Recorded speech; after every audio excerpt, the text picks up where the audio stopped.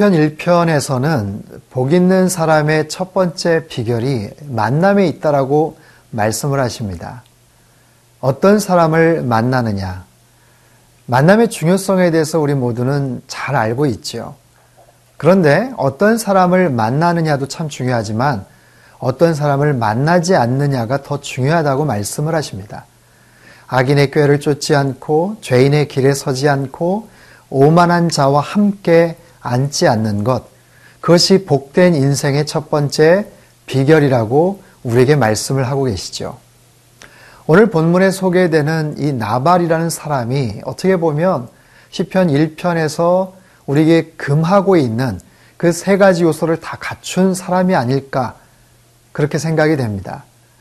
하나님을 알지 못했던 악인이었고 또 죄인이었고 참으로 교만하기 이를 데 없는 그런 사람이었죠.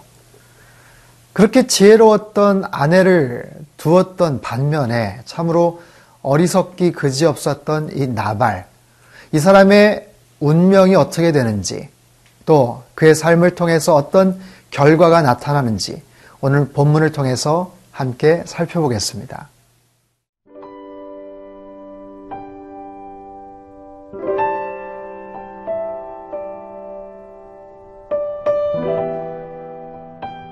사무엘상 25장 36절에서 44절 말씀입니다.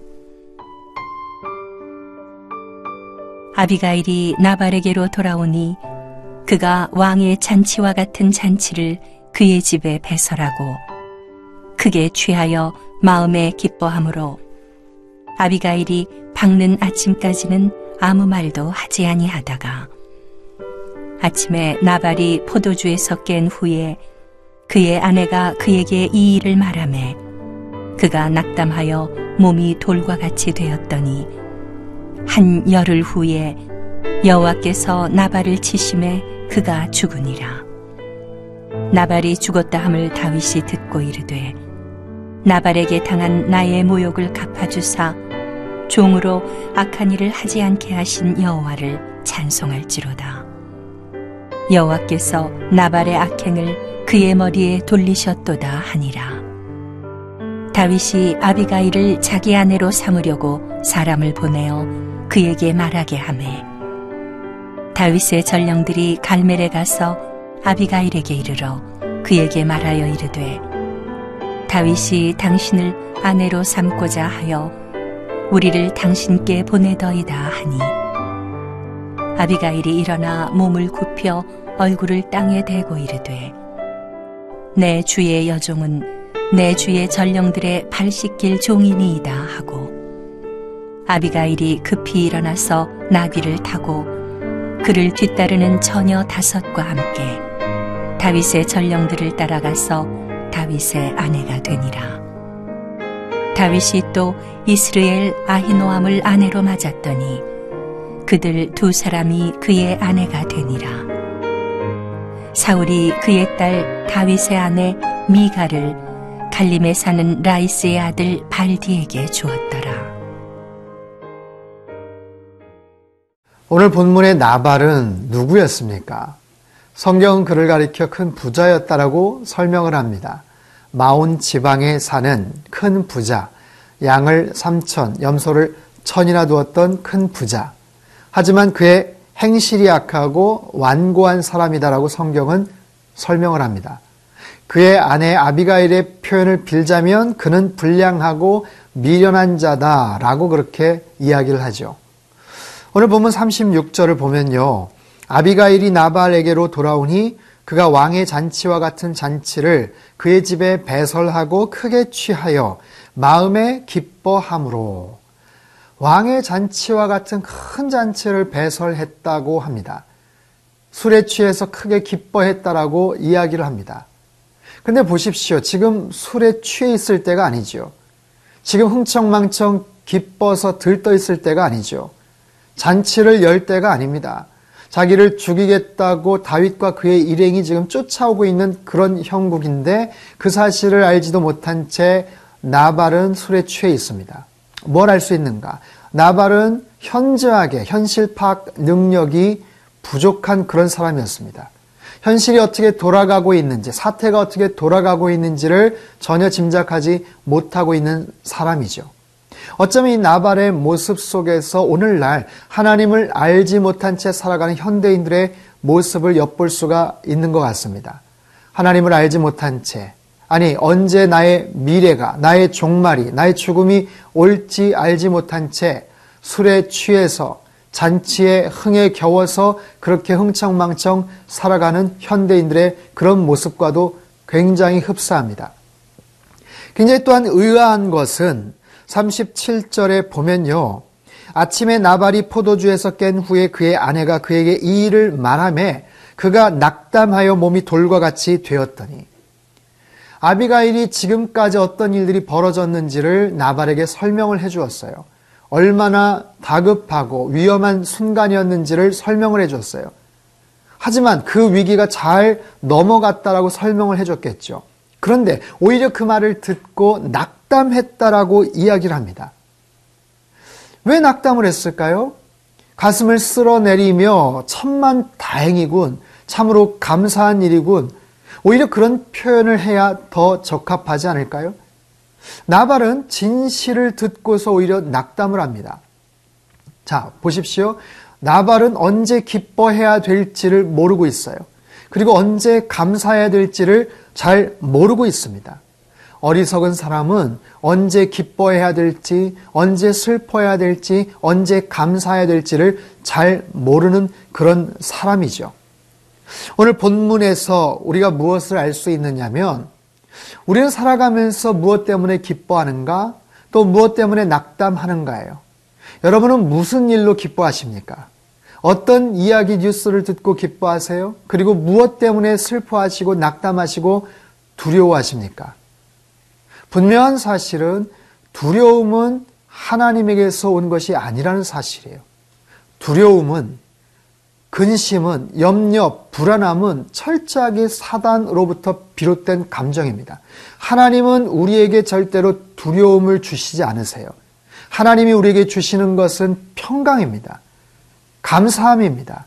자유함입니다. 근데 사단은 끊임없이 우리를 두렵게 합니다. 여러 가지 상황과 여러 가지 사실을 근거를 토대로 우리의 마음을 뒤흔들어 놓죠. 여러분 마음 가운데 주님께서 주시는 그 평강을 절대로 뺏기지 않는 은혜가 있기를 바랍니다. 나발의 결국은 어떻게 되나요? 그가 하나님께서 치셨을 때 열흘 후에 여호와께서 나발을 치심에 그가 죽으니라. 미련한 사람의 종말은 결국에는 죽음이었습니다. 어이없는 무력한 죽음이었죠. 미련한 자의 마지막은 죽음이었어요. 그리고 그 미련한 자와 함께 있었던 사람들도 하마터면 죽을 뻔했죠. 다행히도 아비가일의 지혜로 말미암아 나발 한 사람 죽는 것 외에는 더 이상의 피해를 막을 수가 있었죠. 여러분 주변에 할 수 있는 더 많은 지혜로운 사람을 많이 사귀고 만나실 수 있기를 바랍니다. 바라기는 저와 여러분이 먼저 하나님의 지혜로 충만한 그런 참된 지혜자들이 되실 수 있기를 바랍니다.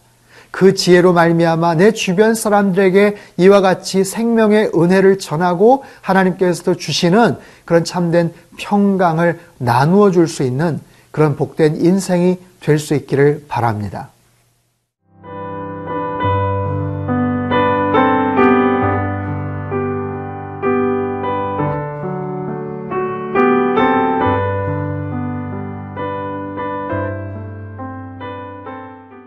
오늘 본문 39절에 보면 미련한 사람 나발의 그 죽음에 대한 다윗의 반응이 소개가 됩니다. 39절입니다. 나발이 죽었다함을 다윗이 듣고 이르되 나발에게 당한 나의 모욕을 갚아주사 종으로 악한 일을 하지 않게 하신 여호와를 찬송할지로다. 여호와께서 나발의 악행을 그의 머리에 돌리셨도다 하니라. 다윗이 찬양을 하고 있어요. 하나님께 감사를 고백하고 있습니다. 나발의 그 죽음을 바라보면서 하마터면 자기가 악한 일을 저지를 뻔했는데 그 악한 일을 자기 손으로 하지 않게 막아주신 하나님께 감사합니다. 그런 고백을 하고 있습니다. 살아가면서 우리가 꼭 해야 될 일이 있습니다. 반드시 해야 될 일, 스케줄과 계획에 의해서 꼭 이루고 싶은 그런 여러 가지 일들이 있죠. 그런데 그것만큼, 아니 어쩌면 그것보다 더 중요한 것은 내가 하지 말아야 될 일을 잘 구분하는 겁니다. 중요한 일을 잘 하는 것도 좋지만 아주 중요하고 어떤 특별한 문제가 될 만한 일들을 하지 않는 것도 굉장히 중요합니다. 시편 1편에서 말했던 것처럼 내가 만나야 될 사람을 잘 만나는 것도 중요한 것 이상으로 내가 만나지 말아야 될 사람, 만나서는 안 되는 사람을 잘 구분해서 사귀는 것도 중요하다는 것이죠. 그런 상황 속에서 하나님이 하시는 일과 또 우리가 해야 될 일들이 구분이 됩니다. 하나님께서 하실 수 있는, 아니 하나님께서 하시겠다고 하신 일들이 있고요. 그리고 우리가 해야 될 그런 일들이 있어요. 하나님께서 당신 스스로가 하시겠다고 하신 대표적인 일들 중에 하나가 원수를 갚는 일이에요. 원수 갚는 일은 너희들이 하지 마라. 그 일은 내 몫이다. 내가 할 일이다 라고 말씀을 하시죠. 특별히 로마서 12장 19절에 보면 이런 말씀이 나옵니다. 내 사랑하는 자들아 너희가 친히 원수를 갚지 말고 하나님의 진노하심에 맡기라. 기록되었으되 원수 갚는 것이 내게 있으니 내가 갚으리라. 원수 갚는 것은 철저히 하나님께서 하실 일이에요. 하나님께서 하시겠다고 하신 일입니다. 그렇다면 우리는 무엇을 해야 될까요? 우리는 용서하는 일을 해야 됩니다. 우리는 더 사랑하는 일, 이해하고 포용하는 일을 우리가 해야 돼요. 그것이 우리의 몫입니다. 어쩌면 원수 갚는 일보다 더 어려울 수 있어요. 그 원수를 용서하고 대적들을 포용하는 일이, 사랑하는 일이 훨씬 더 힘들 수 있습니다. 하지만 그럼에도 불구하고 하나님께서는 분명히 말씀하세요. 원수 갚는 일을 너희들이 하지 마라. 그것은 내가 대신할 테니 그 외에 나머지 것을 너희들이 하라. 그리고 나서는 내가 책임지겠다. 자, 다윗과 아비가일의 그 결과는 어떻게 되나요?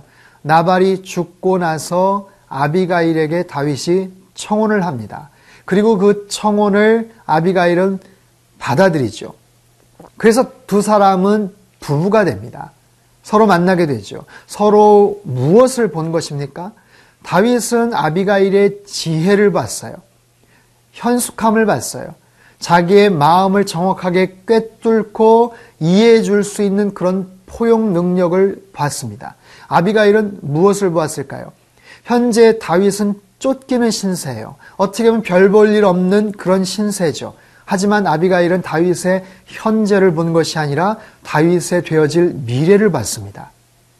속도보다 중요한 것은 방향이라고 흔히들 말하죠. 현재 위치보다 더 중요한 것이 사실 방향입니다. 내가 지금 어느 위치에 있느냐보다 더 중요한 것이 내가 지금 어느 방향을 향해 나아가느냐예요. 내가 어떤 위치에 있다고 해서 너무 주눅들 필요도 없고요. 너무 자만할 필요도 없습니다. 내가 있는 위치도 중요하지만 내가 어느 방향을 향해 나아가는지가 사실상 더 중요하다는 거죠. 현재보다는 되어질 미래의 그 사람의 가능성을 보고서 결혼에 승낙한 아비가일, 그리고 그 현숙함과 지혜로움을 마음속에 사모하고 그렇게 해서 아내로 맞이했던 그 다윗, 그 아름다운 두 사람의 만남을 오늘 본문에선 소개를 합니다. 바라기는 저와 여러분의 오늘 하루의 삶 속에 이런 아름다운 만남들이 더 많아질 수 있기를 바랍니다. 세상적인 기준이 아니라 세속적인 가치관이 아니라 현재에 만족하는 것이 아니라 되어질 미래를 바라보며 가능성을 바라보며 하나님께서 축복해 주시는 그런 귀하고 복된 만남들이 오늘 여러분의 삶 가운데 넘쳐날 수 있기를 주님의 이름으로 축복합니다. 기도하겠습니다. 하나님 아버지, 저희들의 삶 가운데 좋은 만남의 축복을 허락해 주시기를 원합니다.